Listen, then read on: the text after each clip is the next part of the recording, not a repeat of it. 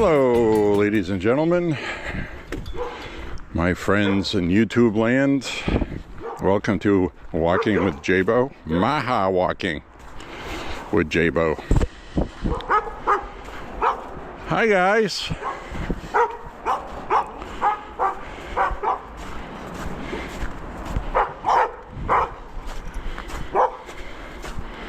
The dogs are having fun.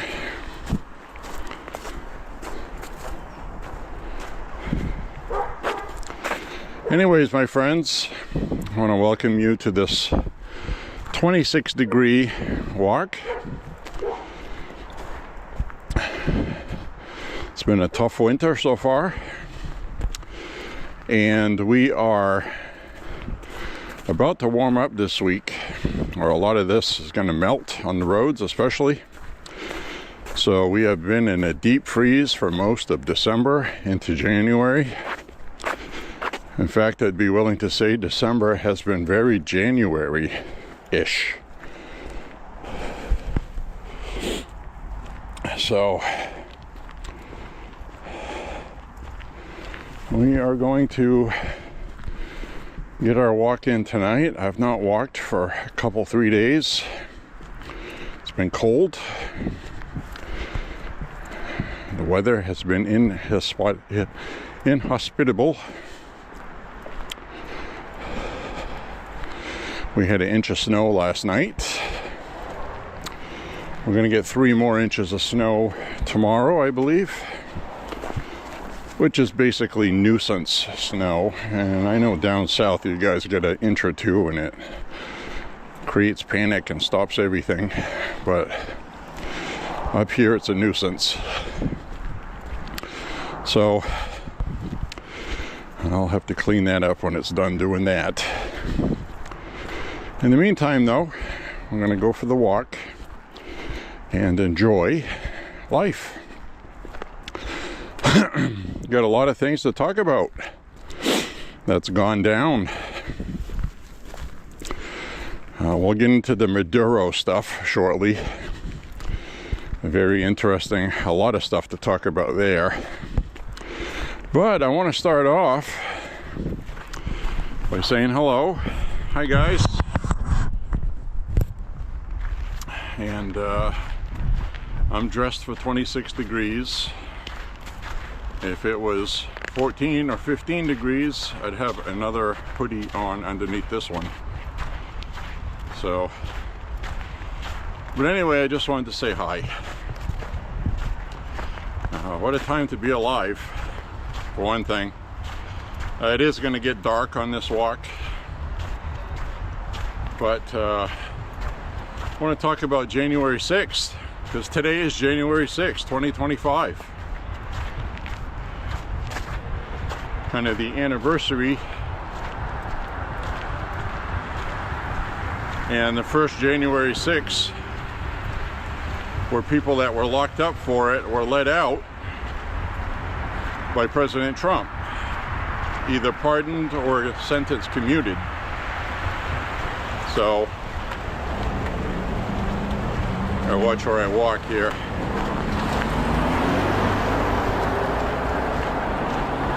Anyway, first of all, the people that were involved in January 6th that committed violence,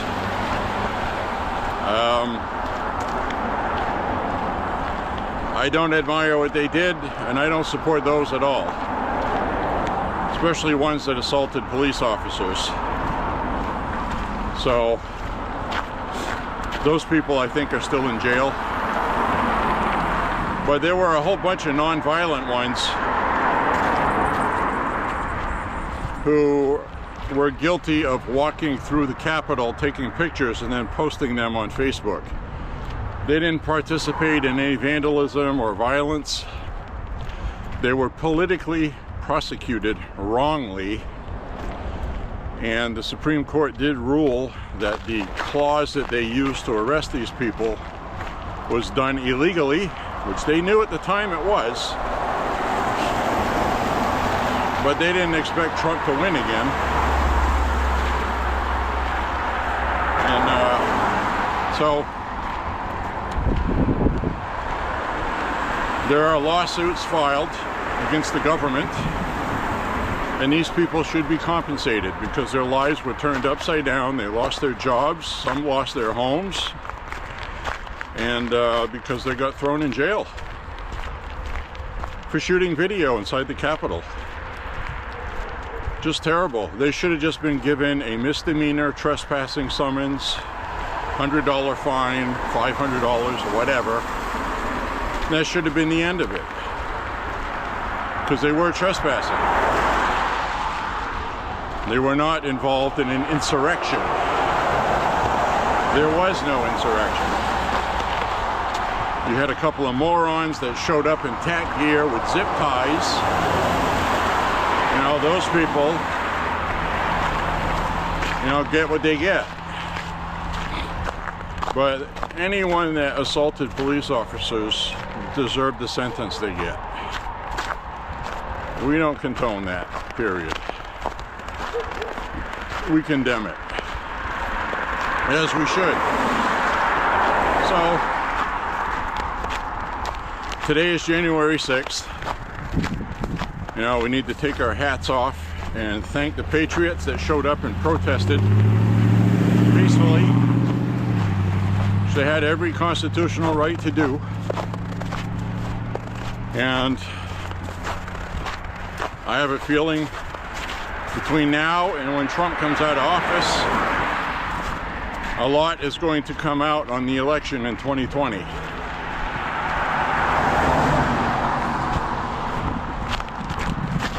And if you're one of those conservatives that sit there and say, nobody ever goes to jail, nobody's getting arrested. Well, we've had two state Georgia legislators charged, arrested, indicted, and they're going to be on trial for fraud, stealing tax dollars. These are all things we would not have seen if Biden were president still, or Kamala Harris. So, you know, and a lot of people online are like, well, those are low-hanging fruit. Two state legislators is not low-hanging fruit. One of them's a state senator. That's a big friggin' deal. Then we're seeing all this Somali corruption bubbling up. We had New England Homeland Security raid two places here in Lewiston, Maine, suspected of fraud and laundering tax dollars for nefarious purposes.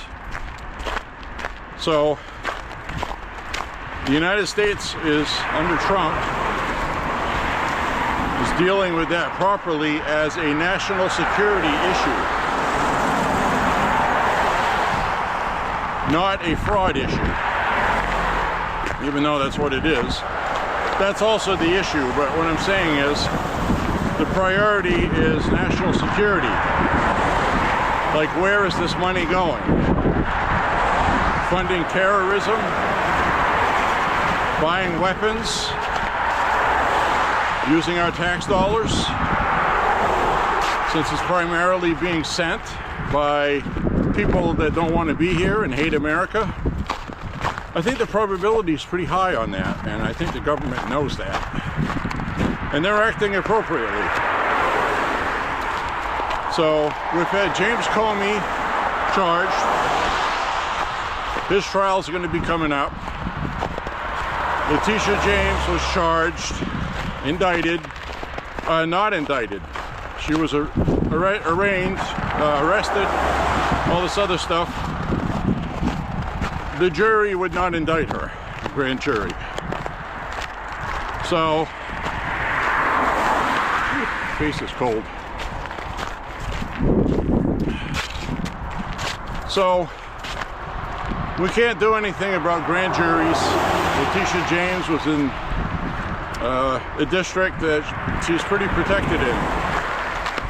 And the way the Constitution is framed, you are guaranteed, no matter who you are, a trial by your peers. And what the jury says goes, and that's it. So, from what I've gathered, they did not get poor instruction from the judge. So I can't blame the judge on that. The jury just did not want to indict her. They probably hate Trump, We can't do anything about that.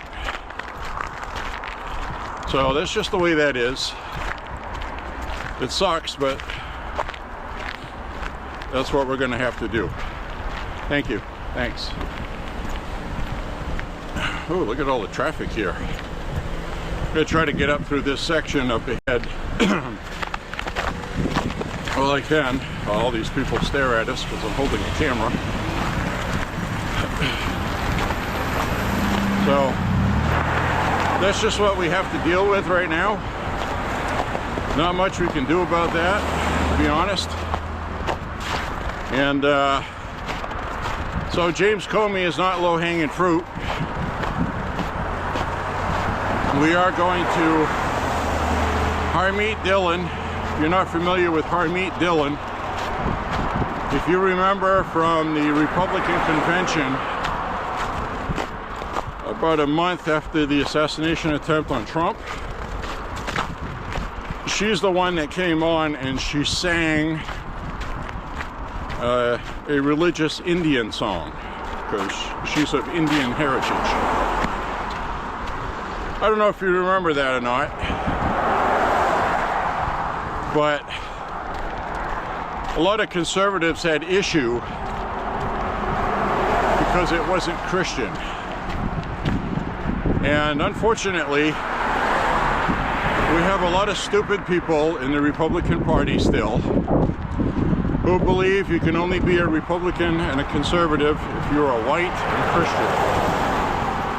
And I'm not one of those. I don't care who you are or where you're from. I mean, I care if somebody's an atheist, but if somebody's an atheist and they're a Republican, I don't care. So, we have a unity party. But anyway, if you're not familiar with Harmeet Dillon, she is an extremely aggressive lawyer with a lot of experience. She says people are going to jail. She is now part of the Civil Rights Division in the Department of Justice. She's one of the top head honchos, and she says people are going to go to jail. And she was giving some conservatives who were spreading disinformation on the internet hell in public online.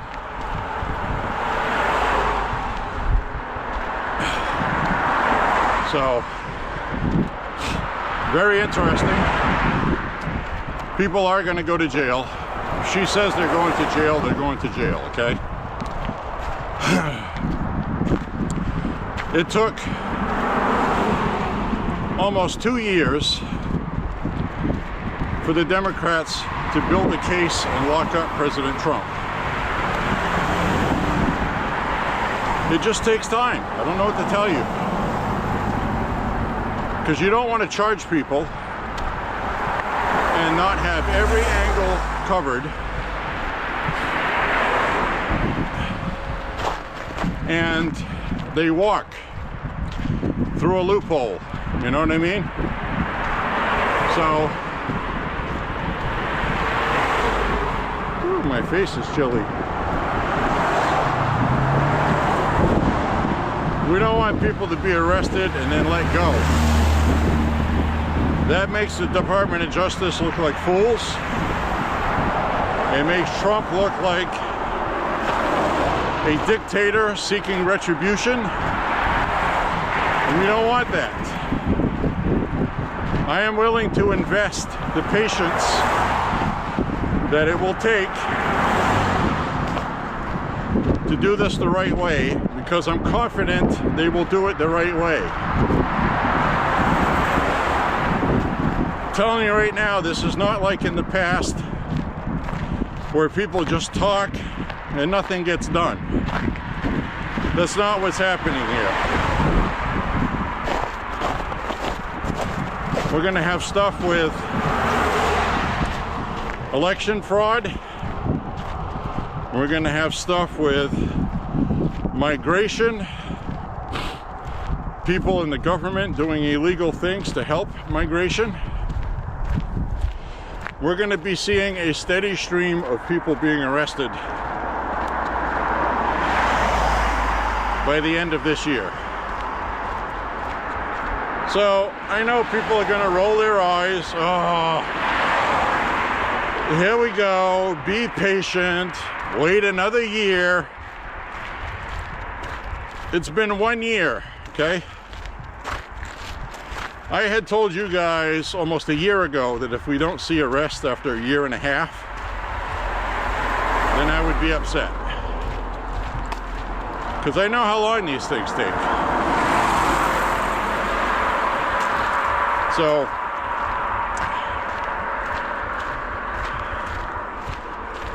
right now we have bigger priorities, which is the economy. That's the first priority, okay? You can be upset about all this other stuff if you want to, but we don't get the economy going, which it is going, by the way, to where people notice that things have changed. That's going to win midterms. Tax breaks coming up is going to win midterms. Deregulation of small business, the middle class. So we're on the right track and we're going to do well. I'm confident of that.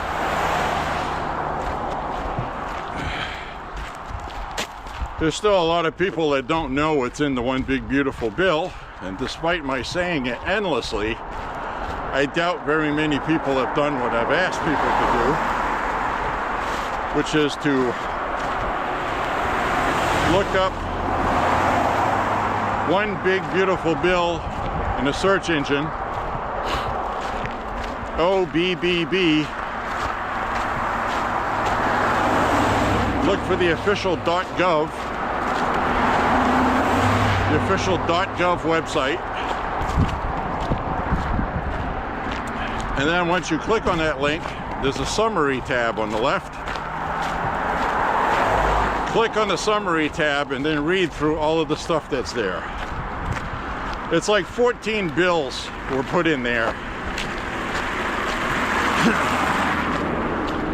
That all would have failed as standalone bills because they're never going to pass anything for Trump, ever. Okay?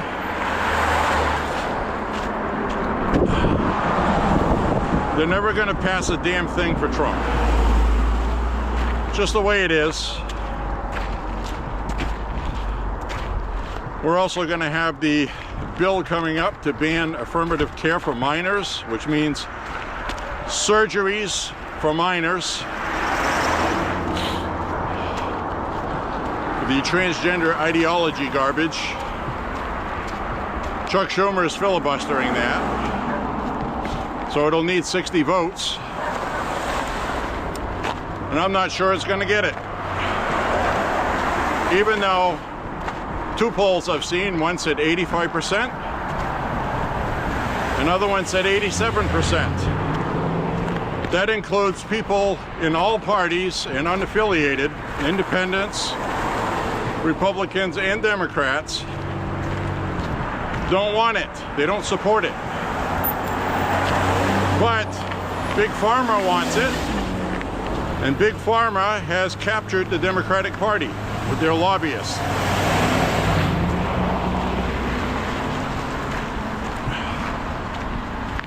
So that's just how that goes. Democratic Party is bought and sold.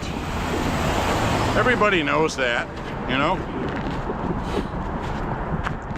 They're the first ones to deny it, but all evidence shows that. This should be an easy vote. If you are a child, a minor, you shouldn't be able to be 13 years old and get your boobs cut off because you were indoctrinated in some kind of transgender ideology cult. And that should be common sense. And it is, because the majority of the public, out of everybody polled, 85 to 87%, no longer support that. So, we're probably going to get, I would hope every Republican, even Rand Paul, who hates Trump, This isn't a Trump thing. Hopefully all the Republicans will vote against it. We'll only need 7 Democrats to cross over and vote for it. That would be really nice if that happened. In a sane world, that would happen, but the Democrats, they don't want to give the Republicans a win on anything. This is the most divided partisan Senate and Congress we have ever seen in our lifetimes. So I think there's a high probability it's not going to pass. And that really makes me mad. We got thousands of kids right now who have been messed up by this.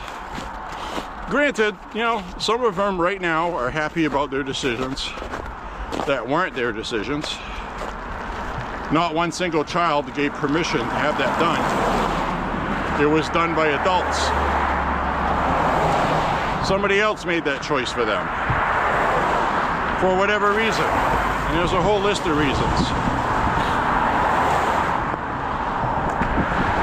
They like to use that fear-mongering. Would you rather have a dead daughter or a living son? You get these kids today doing self-harm, cutting themselves. You know, cutting, it's called cutting. They have a lot of self-hate, either because of past trauma, whether it's physical or sexual abuse. And those are real, legitimate issues. But the answer is not surgically mutilating them. It's not. Big Pharma got their hooks in there.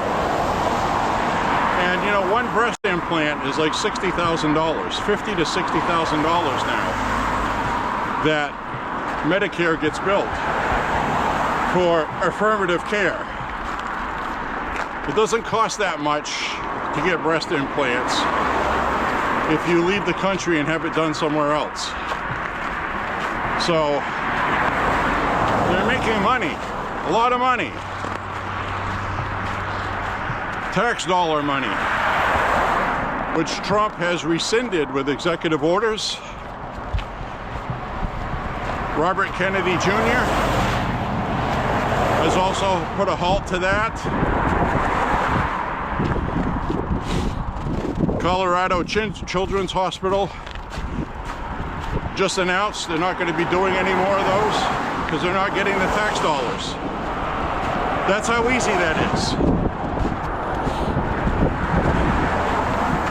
That's what I voted for. So don't you dare sit there and say the Trump administration is not doing anything. I'm sick and effing tired of hearing stuff come out of your face like that. You're missing the best presidency we've ever had because of your propensity to bitch endlessly. Sick to death of it. So anyway, a lot of kids are being saved right now, and it's because of our vote. And I'm damn happy and proud of that. All right, I'm going to turn the camera around for a minute. It's getting dark. I'm going to have to flip the camera around shortly. And that guy was driving too fast. A little swervy too.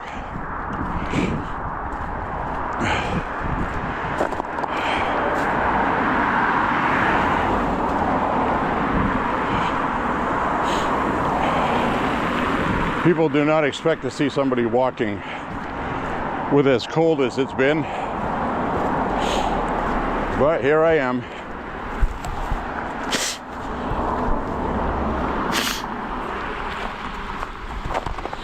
So the other thing I wanted to mention is, speaking of transgender ideology, it has been revealed that we saw William DeFore, 26 years old. I'll get to Maduro in a minute. That'll take up the rest of my walk.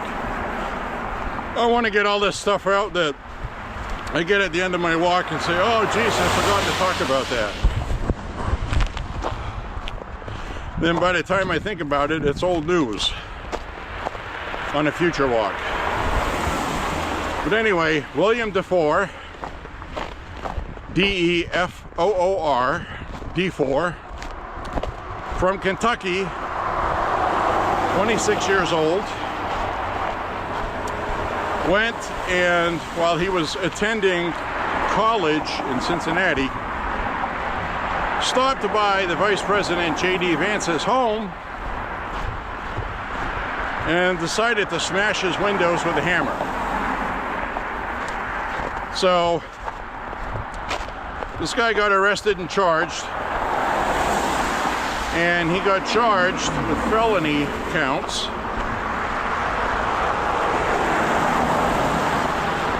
for aggravated vandalism and some other charges. I don't know if they're going to up the charges or not, but since the last time I talked about it, here's the new news. William DeFore went by the name Julia. Now, I had talked about that on the last walk, but that information now has broke.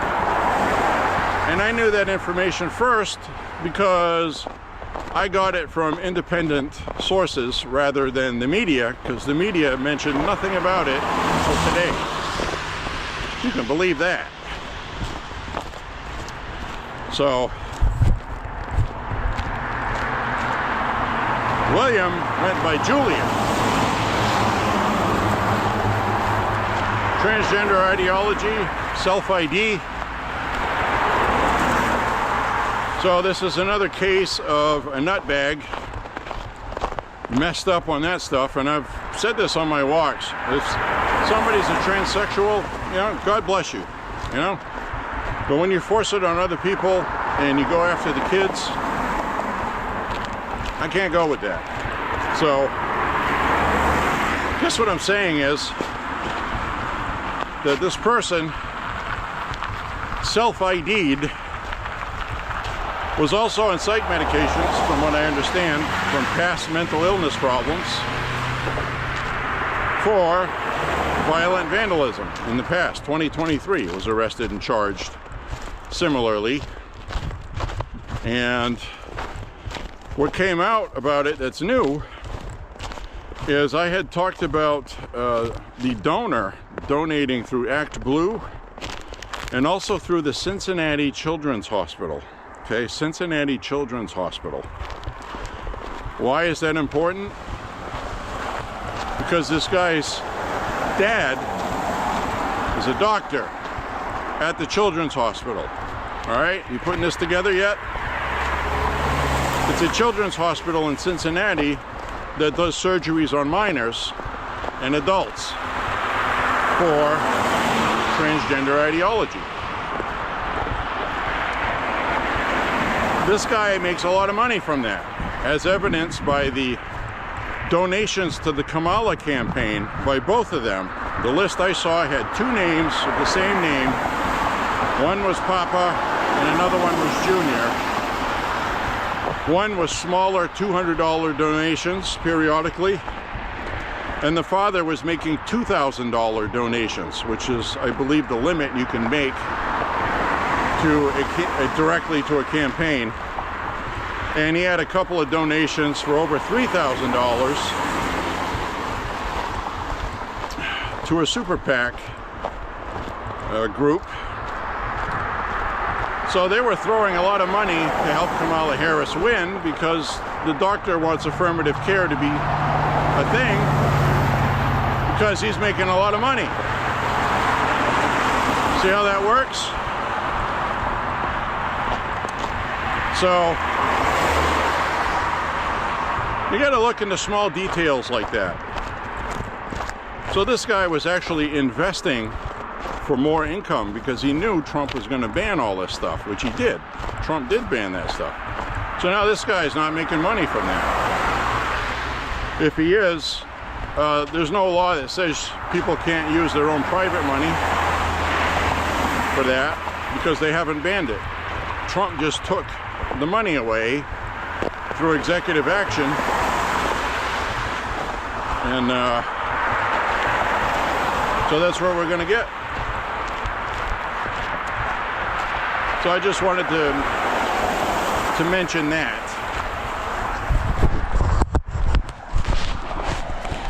So we see this woman shoveling. Oh, she's making it nice and safe to walk. Thank you.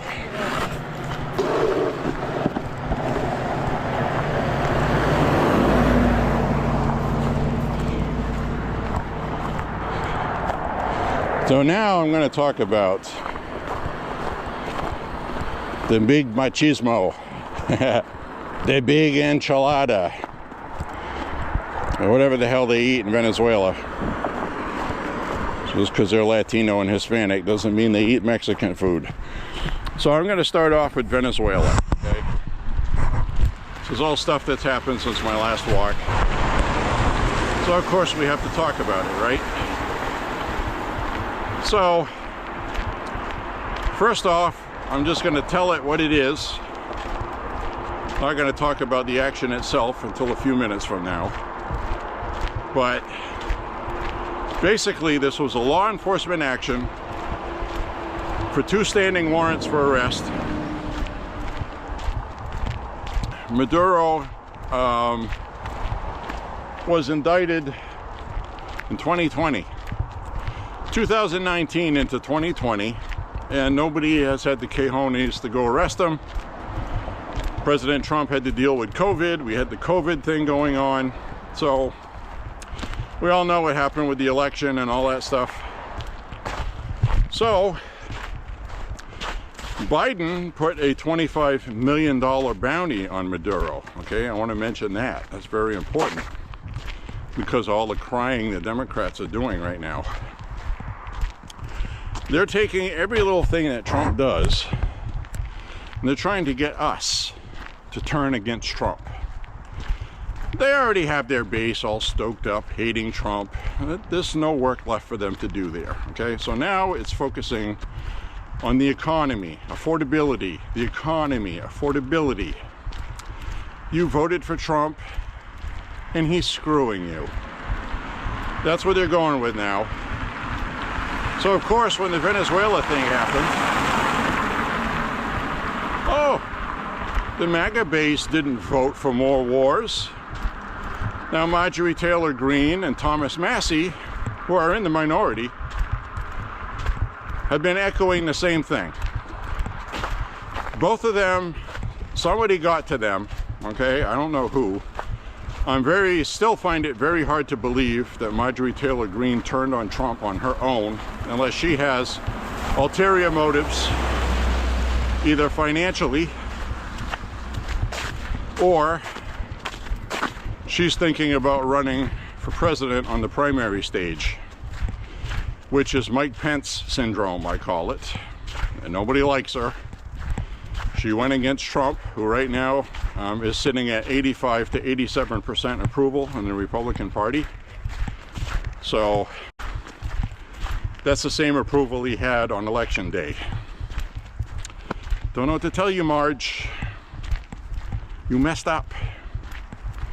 You took some money from somebody to do that. Well, that's your problem.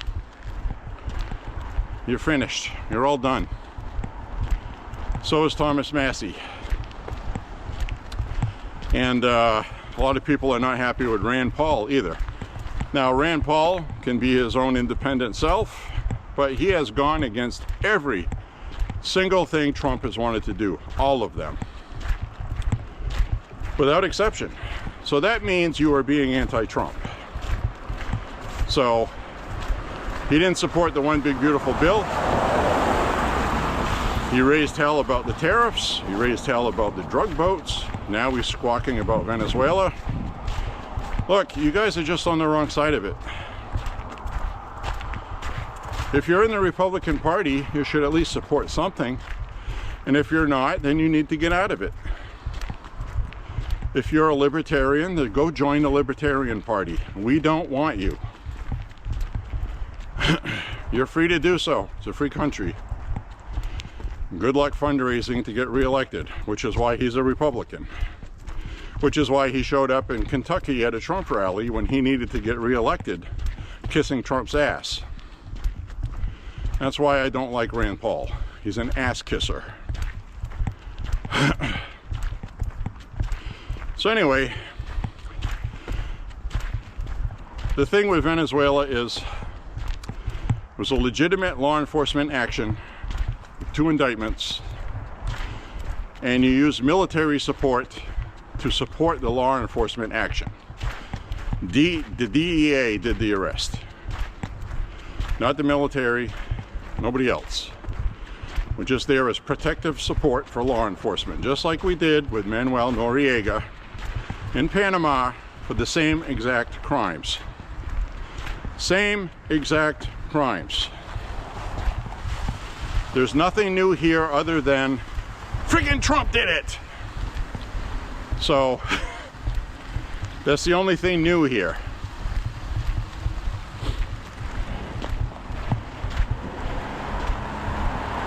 So that's basically the gist of that. It was a legit, under Article 2 powers of the Constitution, well within the authority of the President of the United States. Nothing unconstitutional happened. A horrible person was removed from power.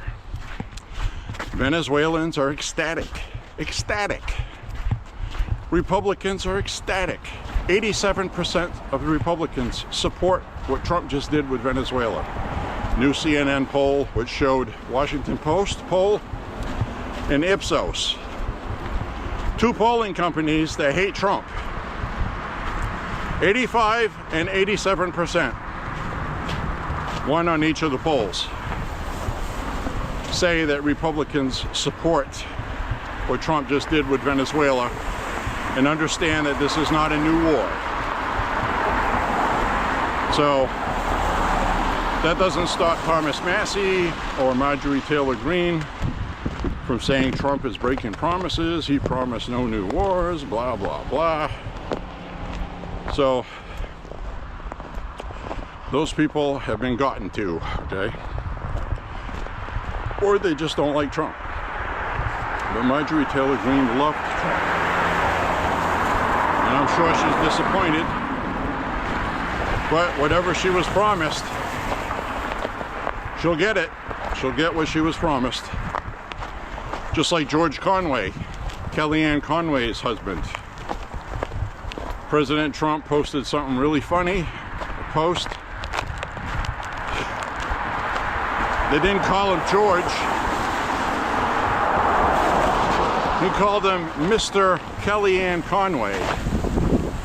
Trump posted 2 pictures of Mr. Kellyanne Conway supporting Trump when he won in 2016. He was ecstatic. He was thrilled, happy.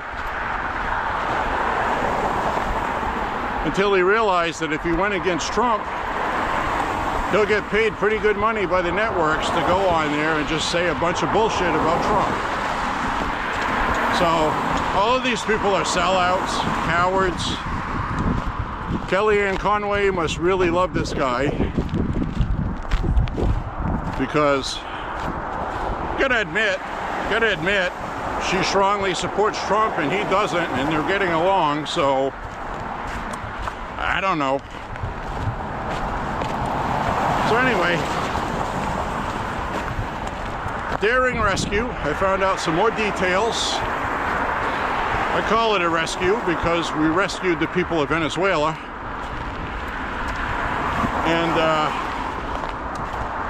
the regime in power is a temporary one, and they fully understand that Trump is not effing around, okay? Trump said if they do not comply, more military stuff is going to happen.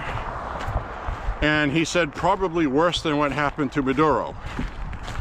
For the new vice president that was sworn in as president illegally, by the way, since it was an illegal administration.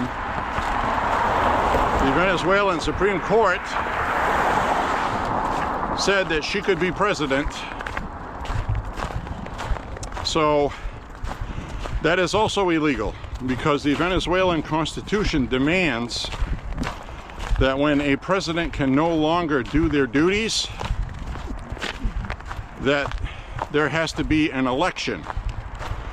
Not like we do, where we appoint the vice president, okay? They only appoint the vice president in the periods of, you know, like wartime, things like that. So maybe they considered this that. But the Constitution is clear in Venezuela. It demands a new election.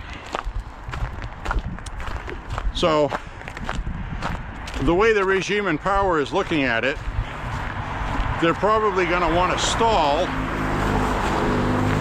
until they know for sure Maduro's not coming back. You have to remember that he's been arrested. Something could happen in court where Maduro, on some technicality, gets released, comes back to Venezuela. What would happen then to all the people that turned his back on him? He'd have him killed. Or they would kill Maduro. Or both. Because yesterday I saw 2 incidents of small arms fire in Caracas, Venezuela, shooting at the Venezuelan military police. So something's going on there. I don't think it's a big deal. I think it's just faction stuff, you know what I mean? But right now the country is rife with a chance to have civil war. So the United States has sent people there, diplomats and stuff, to iron things down. And I am going to switch around to night mode now. I'll be right back. All right, my friends. We are now in night mode. Okay.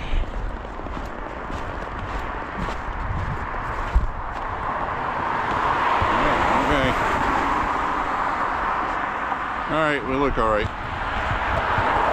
Anyways, my friends, we have a lot of stuff going on like that in Venezuela. But I want to talk about the big picture on what this actually means. Yeah, this is great, you know. The media is trying to make this a Trump is going after the oil thing, illegal, blah, blah, blah. Well,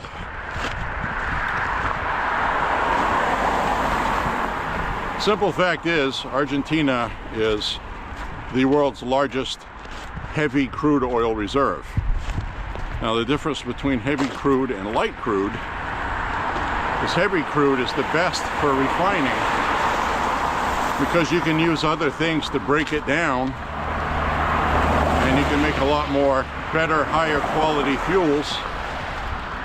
And right now the infrastructure in Argentina for that is down by a lot. They're not even producing the amount they could be because of incompetent leadership, and they're just idiots. They're more interested in having enough for them. So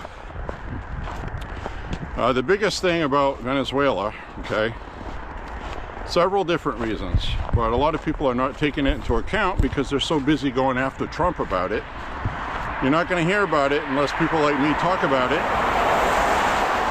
And there are a lot of independent journalists talking about this stuff. So what does this mean for Venezuela? Well, Venezuela is a very close ally of China.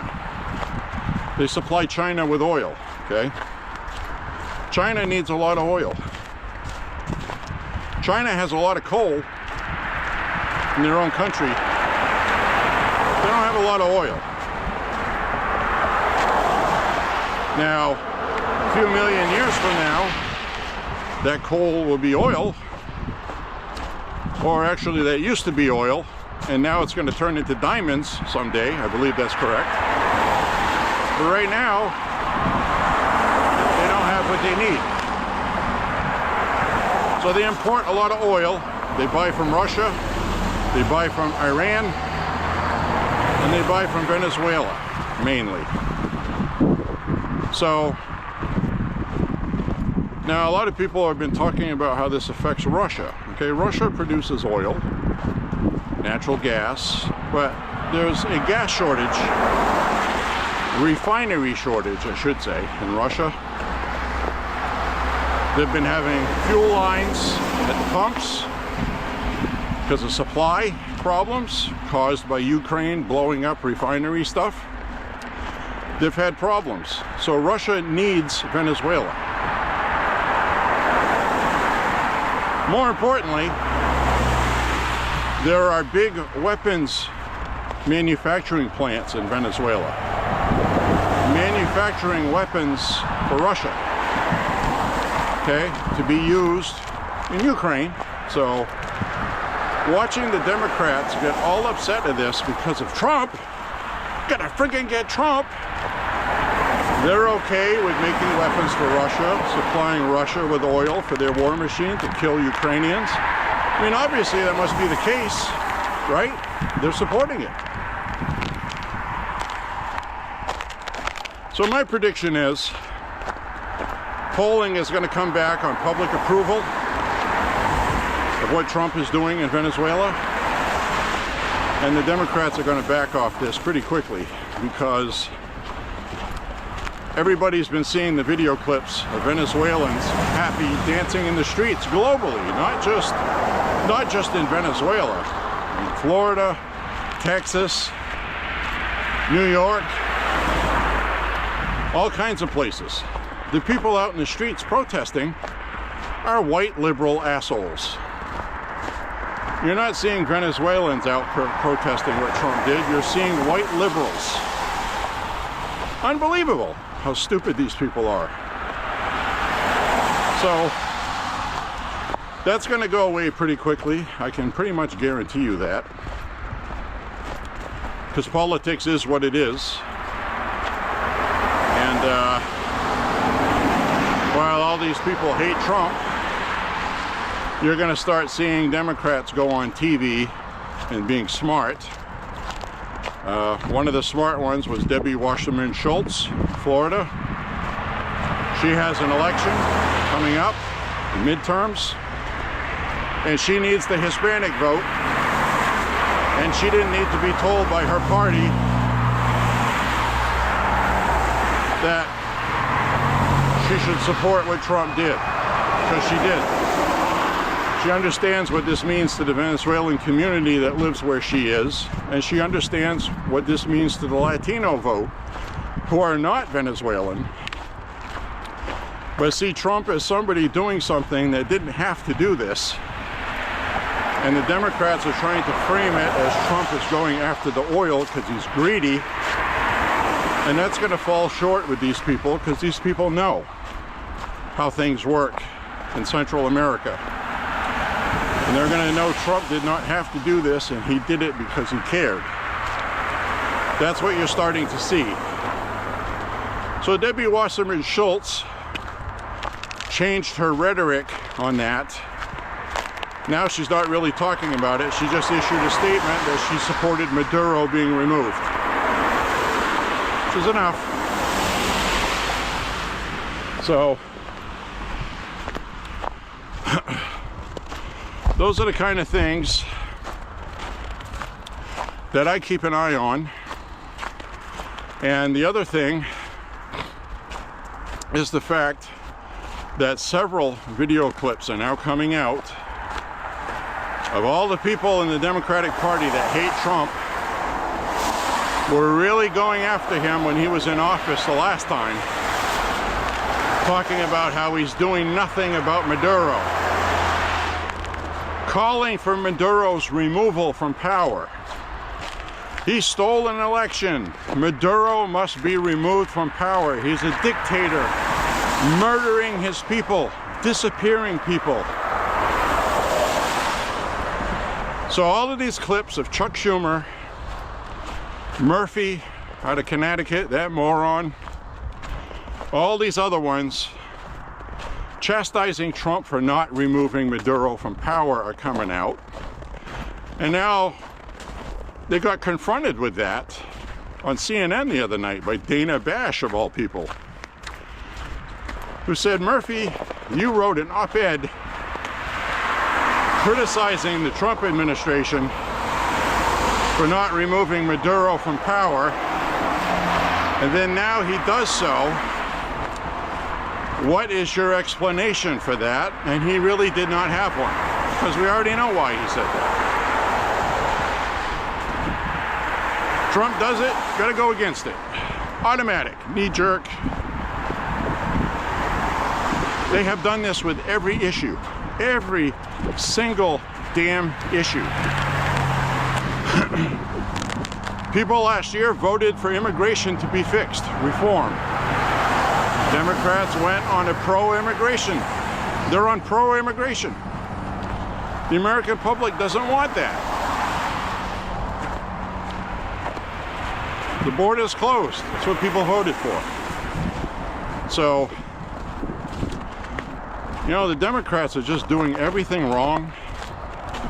I cannot imagine them winning jack shit at midterms, to be honest with you. The majority of the public does not support transgender surgeries on minors. They don't support transgender women in women's sports. They don't support transgender women changing in public spaces that are women's spaces. The polling just says that, okay? So they go against all of that stuff that they promoted for a long time. That actually caused my congressman to drop out. My congressman is not running for re-election. He won, he was in his third term right now, and he's just quitting. Said the Democratic Party has lost its way, basically what he said. So he's tired of promoting all of this bullshit, basically. And when he goes against it, he gets an earful, and they've chased him out. So I guarantee you this congressional seat is going to turn red now, like it used to be. Because Paul LePage is running for it. He's very popular in this district. One of, if not the most popular Republican.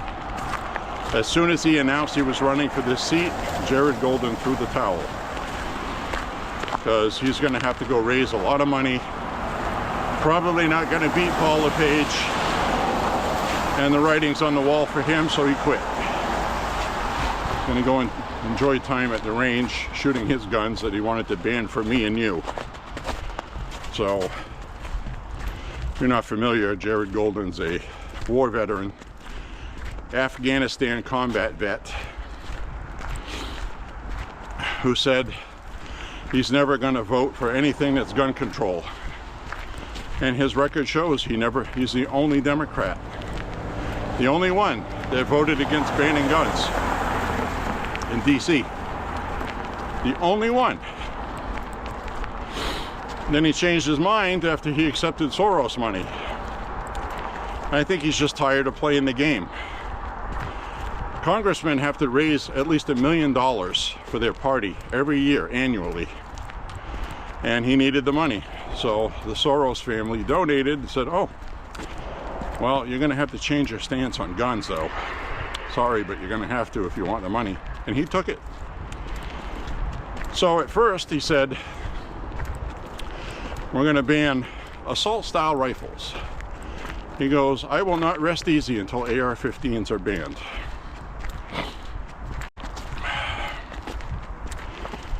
Then he got a lot of backlash for that. Then he changed it to, well, maybe people should have them, but they should have to register them and get a tax stamp, get permission from the ATF, and pay a fee registering your firearm with the government, which the 1982 assault weapons ban prohibits the government from keeping a list. So he got a lot of crap for that too. That combined with Paul LePage coming out saying, well, keep your guns, we want common sense, transgender for everybody is bad. He just reeled off a bunch of stuff that most people with common sense support. And he is going to win. So now they're going to have to put an unknown Democrat to run against him, or it'll be some radical Democrat, because anybody in Maine that's a name for Democrats is usually a radical lunatic. But in District 2 here, this is a very red district.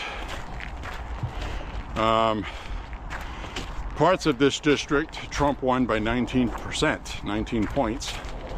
And the rest of it, that's kind of more independently influenced, like this one, was 9%. But Trump won easily, is my point. And he got the Electoral College vote, because Maine splits their votes. And Kamala Harris won the entire state by 7%. So,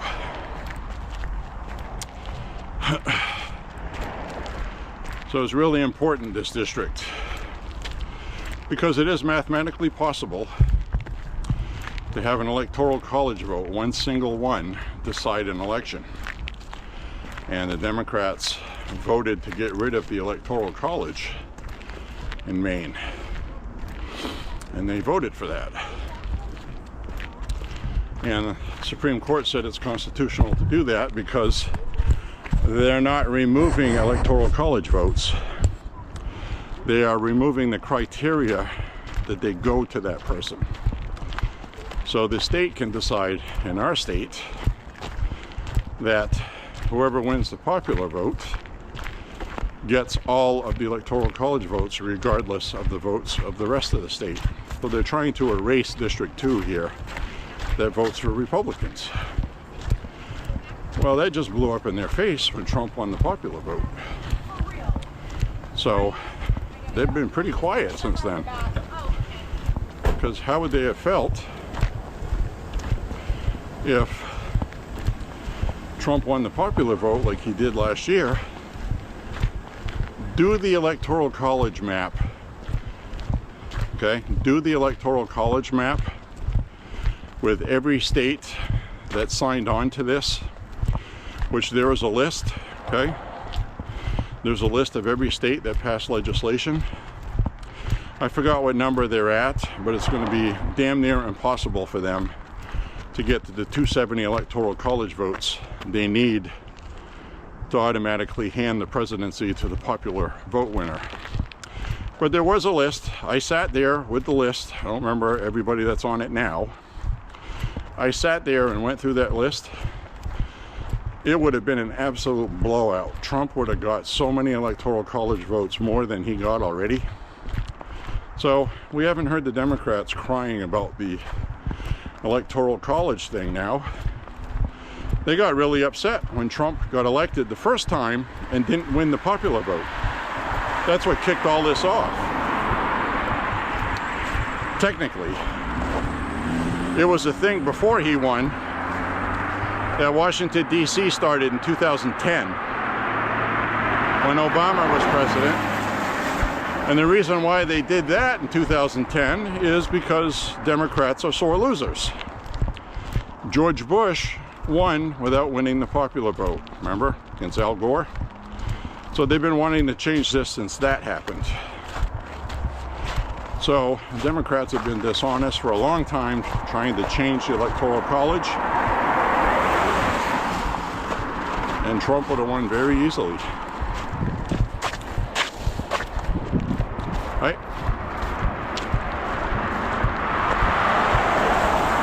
Democrats always win the popular vote because they run all the most popular cities, the biggest cities. And that didn't happen for them this time. So, I gotta stop and tie my boot, guys. Be right back. Alright, guys. Get that fixed. Now this is that area where they didn't clean the sidewalk. I'm gonna have to walk in the street.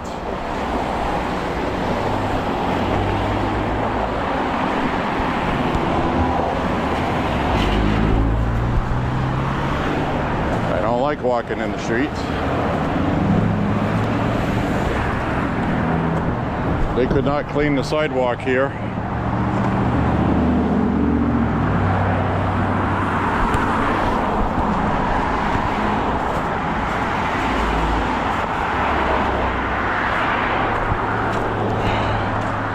Not a fan of that, let me tell you. So anyway, as I was saying,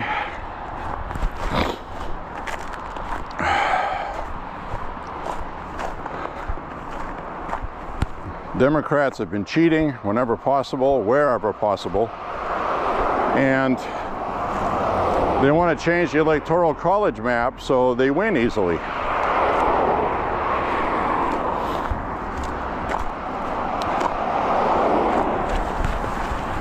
It's yet to be seen if that would cause voters to vote differently. Voters may rebuke that and just start voting for Democrats that are independents. They just might not like that. So,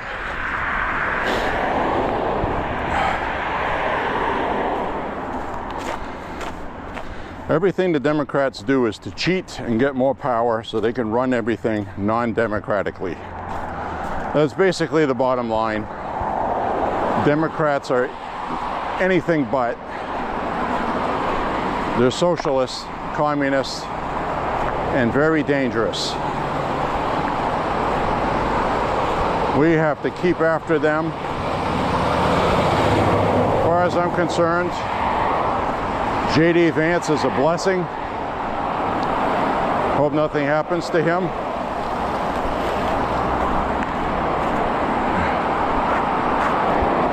So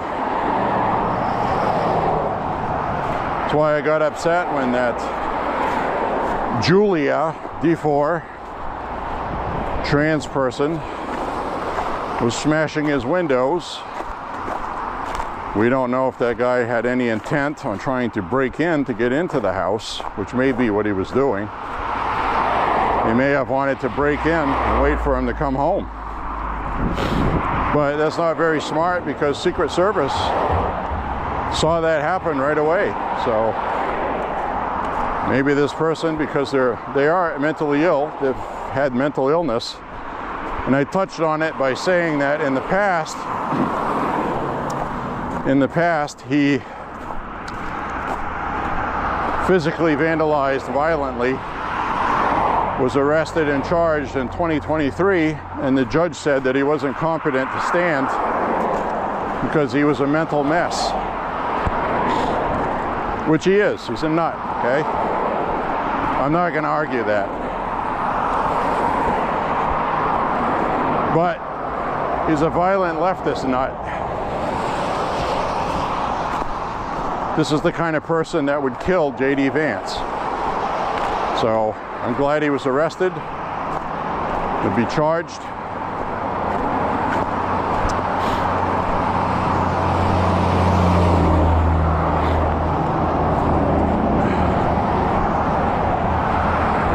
I'm sure Daddy's gonna foot the bill for his legal expenses.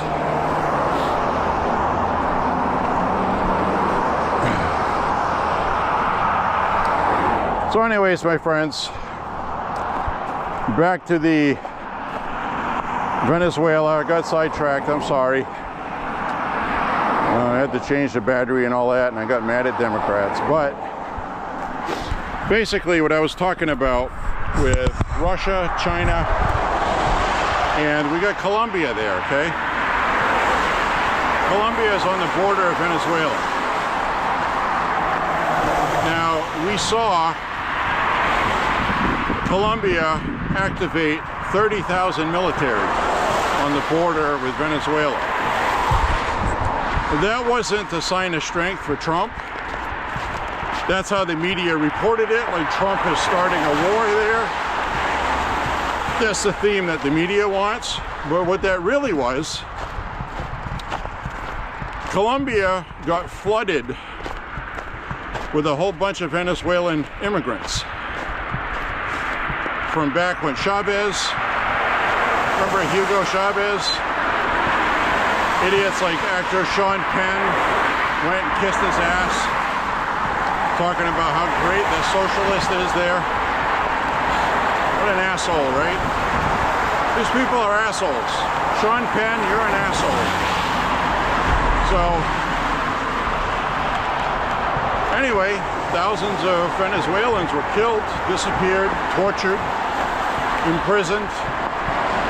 Some of them have been in prison for 30 years for doing nothing except not accepting Chavez as a president. They're still in prison. So those people have to be released. Things have to be made right. And the reason why Colombia has those troops on their border is they were like, okay, we don't know what's going on in Venezuela. Maduro has been arrested. We don't want millions of Venezuelans coming here. So those troops they put on the border was to keep illegals out of their country, okay? But the media is not going to say that because all of these people love immigrants. They are immigrants, right? They don't live in the real world. Mexico is not Guatemala. Guatemala is not El Salvador, Honduras. They're not Colombia. These are all individual countries who many of them don't like each other.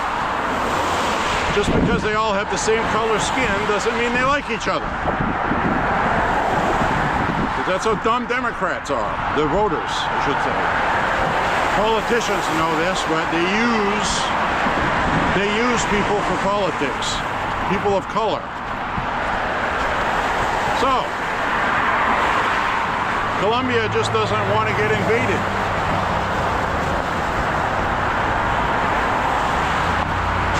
That's all that is. Now, Trump has made it very clear to Colombia that you're probably going to be next because you're not complying with what I asked for as far as the drugs and drug factories, because everybody knows the drug cartels control all of Central America. All of it. Except El Salvador. So Mexico is being controlled by the cartels. The socialist woman running Mexico right now is afraid to go against them for good reason, because many politicians have been assassinated by the cartels that want to go after the cartels. So she's afraid to. She understands that there's going to be a lot of civil unrest, a lot of violence, a lot of people are going to get killed. This is the same Mexico where they behead people and hang them from a bridge in public with notes on them warning the public not to go against the cartels. So we need to remember all that and go back and remember that. Now, Trump has been telling Mexico that if they don't stop the drugs from coming into America, it's no different than Mexico as it is with Maduro. So, I gotta be careful walking through here. Very careful. This is all ice underneath this loose snow. I have to be very careful. Little baby steps. Baby steps. Baby steps. Oh yeah, I just tested a patch. That's not good, guys. That's not good. Okay, I think I'm safe. Safe territory now. So, you got Colombia, Mexico, and whatever's in between, but the two biggest is the cartels in Mexico and Colombia. There's a little bit of a problem in Guatemala, or as they pronounce it, Guatemala. But here's the other. We talked about Russia and China. Not many people are talking about Cuba, okay? Cuba. All right? They're a communist country who lost the support of Russia when communism fell. They have been surviving off of Venezuela. In fact, out of the 34 or 36 people killed during the United States raid to arrest Maduro, which no Americans were killed, but a couple were injured. They did shoot at our helicopters, so there's holes in the helicopters. So our troops were repelling and being shot at. Very dangerous. These guys are awesome. Delta Force. One of the most badass military forces we have ever had. I used to make movies in the 80s. Delta Force Commando, Delta this, Delta that. So what happened is they killed 34 to 36 of Maduro's henchmen, and they were actually Cubans. They were militant Cubans. So Cuba has had an active role in Venezuela, and the money that the Communist Party in Cuba is getting is from Venezuela, which is now going to be cut off. So what do you think is going to happen in Cuba when the money dries up? They don't make anything. They don't trade anything. They don't have any oil. They were selling sugar cane and stuff like that to Venezuela. But sugar is only going to buy you so much, my friends. So I am predicting this is a bigger plan by the Trump administration to completely clean up all of Central America, Colombia, fix Mexico, and force Cuba to have elections again and be democratic. Because we're going to do the same thing in Cuba. And who does Cuba not want going after them right now? Marco Rubio. Marco Rubio has been absolutely livid about Cuba for decades because his family had to leave there. He's very upset. He has a love for Cuba. He wants it to be free again with elections. And he has an opportunity with President Trump to do that. And you know damn well they're going to pursue that. And I support that too. So we can end up freeing the entirety of Central America. What was the first country, if you were going to do that you had to go after? Huh? Venezuela. The oil, the influence in the region, the drugs, the money it made for cartels. Maduro was the head of the cartel in Venezuela. Not only was he the president, he was the head of the cartel. So this shakes up everything, takes all the money away that Venezuela was giving to Cuba, Colombia, Guatemala, Mexico, whoever else. Mexico's upset about it because, you know, they got cartels there, and they're also in cahoots with Venezuela. So if there was one country you had to remove from the equation to successfully change the entire region to democracies, it's removing Maduro. So you know damn well this is very well planned by the Trump administration, because when they arrested Maduro, and it was revealed after that a CIA operative, insider, infiltrated Maduro's inner circle. So we had a plant, a very dangerous job this guy had, okay? This guy would have been put to death right away if he got caught. So this guy's a hero. He's unnamed. He's never going to get kudos for what he did. But he helped give the location of where Maduro lives. He gave the inside landscape, either through photos or video or something. And the military had a mock-up, okay? I just found this out today. They had a mock-up of Maduro's house, and they rehearsed breaking in They knew what rooms to go into. They knew where everything was because of this insider in the inner circle. And it worked flawlessly.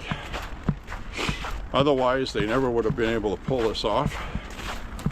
And they had been planning this for months. This plan was started as soon as Trump was sworn in.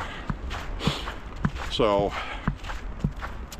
you have to remember who the DNI is, the head of the CIA and the FBI. All of these were close, quote-unquote, sycophants of Trump. They're loyal to him. They had everything ready to go. This is how good this administration is. So when I go online and I see conservatives crying about petty fucking bullshit, oh, the DOJ, you guys are not America first. You're missing the greatest presidency we have ever had. This freaking administration is superstar, okay? They're brilliant. They are doing things people only talked about. Joe Biden never went after Maduro. They weren't capable of doing this with who they had. Their CIA director, they had Brennan, you know? You had Clapper, Comey, Christopher Wray. All of these people that are now known to be morons, idiots, corrupt, partisan. These guys are doing their job for America, and they're not doing it in a partisan manner. And that's what I voted for. I have no idea why you guys are bitching. I mean, I'm seriously disgusted with you guys. You don't look at the big picture. You look at what's in front of your face today that the media showed you. I hate to be blunt, but it is what it is. So I was also asked to discuss the Monroe Doctrine, aka the Don Roe Doctrine, is what Trump called it. That is something that came about in the 1800s. It's been used by many presidents to protect our hemisphere. Now, a lot of people are trying to argue that Trump using the Don Roe Doctrine is illegal for this purpose, but nothing's changed. The threat is drugs and cartels. Cartels are responsible for much of our illegal immigration. They profited off that. They're an enemy of this country. So that is a legitimate use of the Don Roe Doctrine. Anything in our hemisphere, anything that's in our hemisphere that is a threat to our sovereignty, you can use the Don Roe Doctrine. That includes an invasion by migration of bad people, because people like Venezuela cleaned out their jails and mental hospitals and sent them here. Those people are here still. So anybody that is an existential threat to the United States and our hemisphere, we can use the Don Roe Doctrine. That includes Cuba, which is what we used during the Cuban Missile Crisis. Okay? We didn't want Russia 90 miles off the coast of Florida. So what's the significance of Cuba now? Well, you can look this up online. It's known. The Chinese have been training in Cuba. They're setting up infrastructure in Cuba 90 miles off our coast. People are worried about electromagnetic pulse attacks coming from Cuba, missile attacks. So we almost started World War III with Russia. Well, we didn't start it. We almost had World War III in the early 60s. over the same thing. So China is in Cuba. You can look that up. We have to get rid of all of that. That started with Venezuela. So Trump is trying to do a lot, okay? He's trying to get all of this done before Democrats, hopefully they don't win midterms, but if they do, Democrats are going to pass legislation to stop Trump from doing this stuff. Because they have to go against Trump.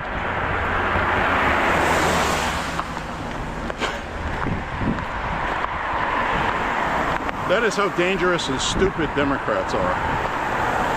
All they care about is what's in front of their face, just like the conservative voters that are upset about what Trump's doing.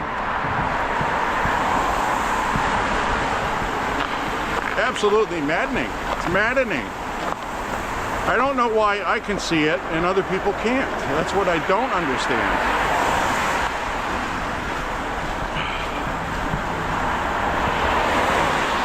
Gotta watch where I walk through here. So we're gonna get 3 more inches of snow tomorrow.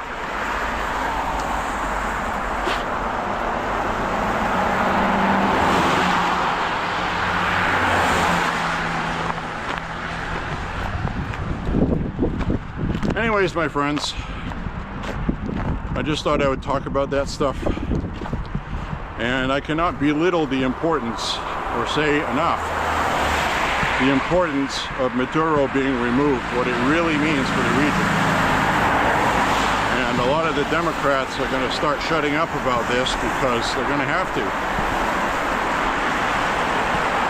Last year's election, it's fair to say that the Democrats lost the Latino vote, okay?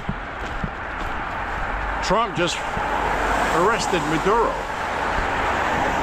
Now, even if you're a Latino in this country, you know what Maduro is. You come from that same bloodline in the region. You have seen people like Maduro for years in other countries in Central America, and they know Trump is serious. So I'm very happy about that. This is going to win back a lot of the Latino vote that got lost on affordability. Plus, affordability is going to come back around as not being an issue. So,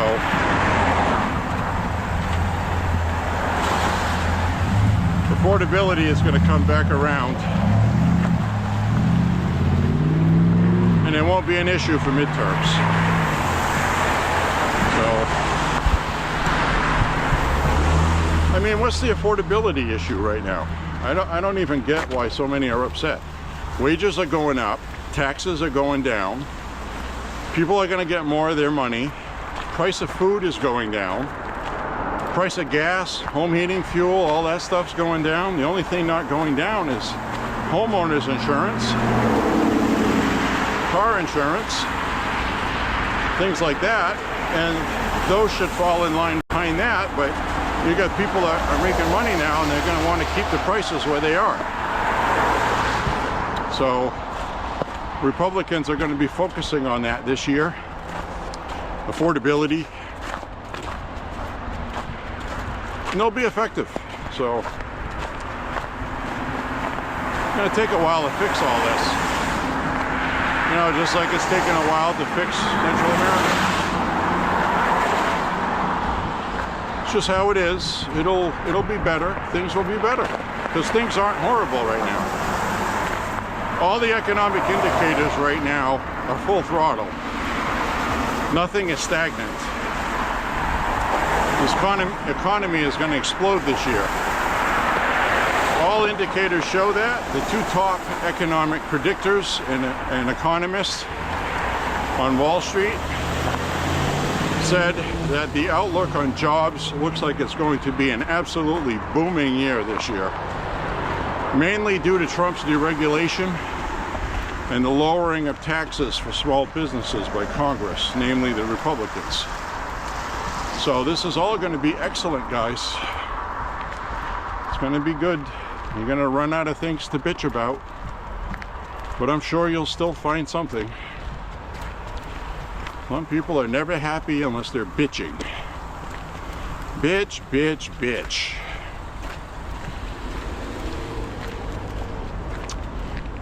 So, I'm going to turn the camera around. A little ways to go.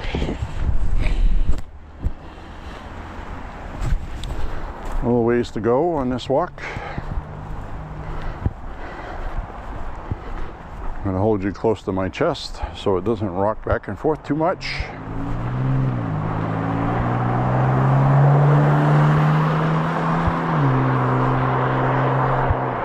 So it feels nice to walk today. I feel nice and fresh because I haven't walked for a couple, 3 days. Now we're going to have, I think I walked Saturday, so I didn't walk for 2 days before today. So it's going to warm up this week. We're going to have one day where it's going to be raining in the 40s. If it's not windy, I'll walk. If it's windy, I won't. But if you're new to these walks, I have walked plenty in rain. It's kind of an interesting walk when that happens.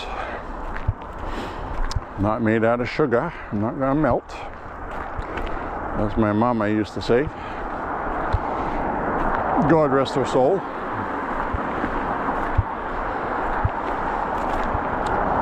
So I had a lot of things to talk about today. I'm glad I did. And you know, one of my cousins there is getting very angry with Republicans. He's livid. He's been visiting these groups on Facebook. He's furious. We have a uniparty. We got two parties that always want the same thing, and it's all smoke show, it's bullshit. Well, President Trump is not a smoke show and bullshit. And until the Republicans get serious about the filibuster, because the Democrats are going to get rid of it. First chance they get. We ought to just get rid of it and pass all of Trump's agenda. Just do it. Let the media cry about it. But the Republicans are worried about upsetting voters with an election this year. That is a legitimate concern because, let me remind you, that voters, you never really can predict what they're going to do. You get rid of the filibuster, maybe somebody that was an independent that was going to vote for Republicans now doesn't. Maybe they just decide not to vote. I don't want to vote to give Republicans unfettered power. I don't want to vote for that. I want democracy. So this could turn up blowing up in their face. Hard to predict. Maybe voters will really love it. I know I was very concerned when Democrats wanted to do it because they would have banned guns. They would have forced vaccinations on people. They would have done a lot of terrible stuff. They wanted to federalize elections, remember that? They wanted the federal government to run national elections, take it away from the states. If that doesn't pucker your damn sphincter, nothing will. That's what removing the filibuster does. Everything they pass, you have to go to the Supreme Court with it. That takes a very long time, as we know. That means they could pass something and it doesn't change till 2 years later, if you're lucky.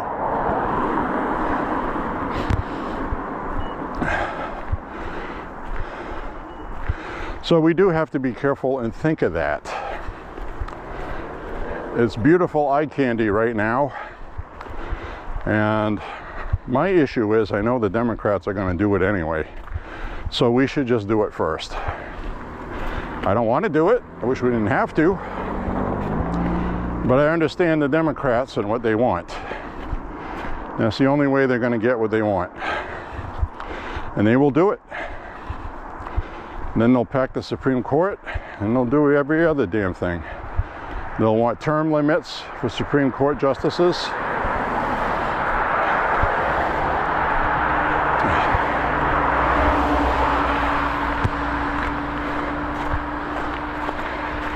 And then once they establish that, they'll tweak it. They'll tweak it some other way in their favor. So they'll also give statehood to Puerto Rico and DC. That'll add 2 more Democrat senators, guaranteed, because no Republicans are ever going to win in those states, if they were states. So Republicans would never win the Senate ever again. Ever. There would have to be an ultimately huge collapse by the Democratic Party, which could happen, but that would take time. Damage would be done. So I understand the implications of getting rid of it, but we are at war and we can't let them do it first.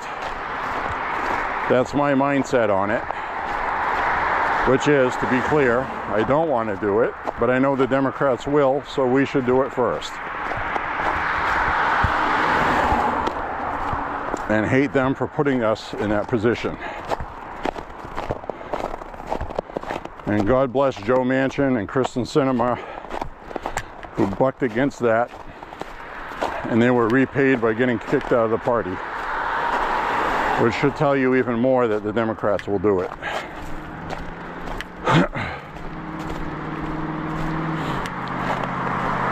So they want to get rid of the Electoral College vote. They want it to go to the majority vote winner. They want to add 2 states. They want to pack the Supreme Court.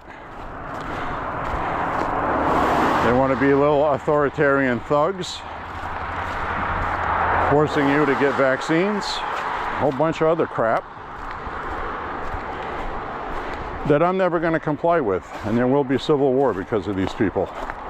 But just telling you, that's what they'll do. That's why they'll take the guns. That's why we're watching Iranians out in the streets throwing rocks at the police, because they don't have firearms. And I've been seeing reports, we didn't even talk about Iran, holy crap. The Ayatollah is about ready to go on hiatus to Russia.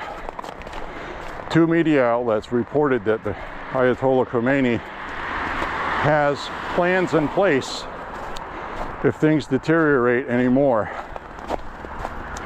Now, they are still on the internet in Iran. They still have communications, and in the past, they have cut off the internet. So, something is different. A woman was killed by police in the riots. That's known. And the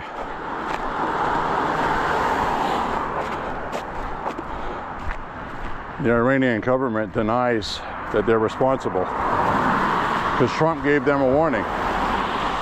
He told them that if you start killing your citizens who are protesting, you're going to have hell to pay. And that's been the difference. And now the citizens of Iran have gone past the point of no return. If they let the Iranian government win, these people are going to be imprisoned and put to death, because I'm sure they know who they are at this point. So it's do or die for Iranians at this time. So say a prayer for Iran, the citizens, and God bless these people who are trying to fight for their freedom. I really hope they succeed, and the Shah goes back. People can choose whatever government they want. If they want the Shah, then let them have the Shah. There's a lot of people here that I've noticed, they're the same people that don't like Trump.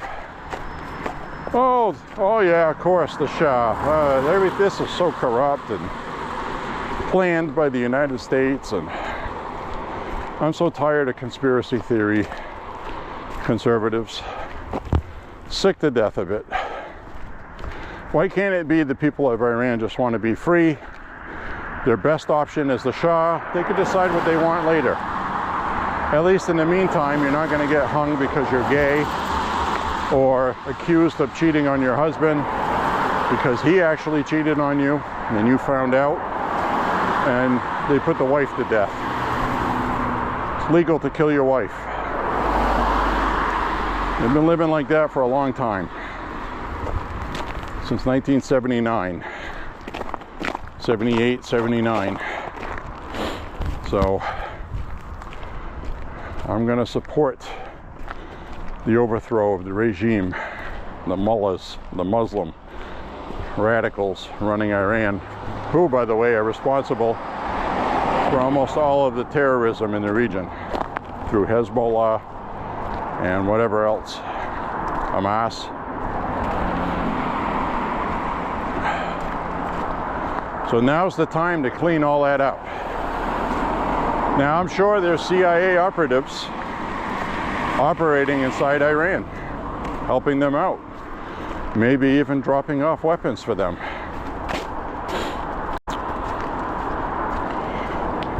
Things are happening, guys. Things are happening. Big things. Big time things. All because we voted for President Trump. How beautiful is that? Do you feel good? I feel really damn good about it.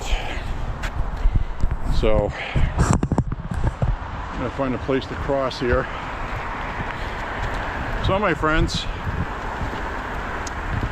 I'm gonna be wrapping up this walk. I just wanted to say thank you for walking with me. We're starting off 2026 with a great start. And I hope you guys enjoy life and what's going on. And keep watching and supporting. Support the good stuff, the good guys. Anyways, my friends, we will see you on the next walk. I want to say thank you very much for watching. Click like and subscribe. Say a prayer for Trump and the country. Pray for the people of Iran. Pray for the people of Venezuela. And God bless all of you. And thank you for walking with me. Click like and subscribe. And we will talk to you guys later. Bye-bye, everybody. See you on the next walk. See ya!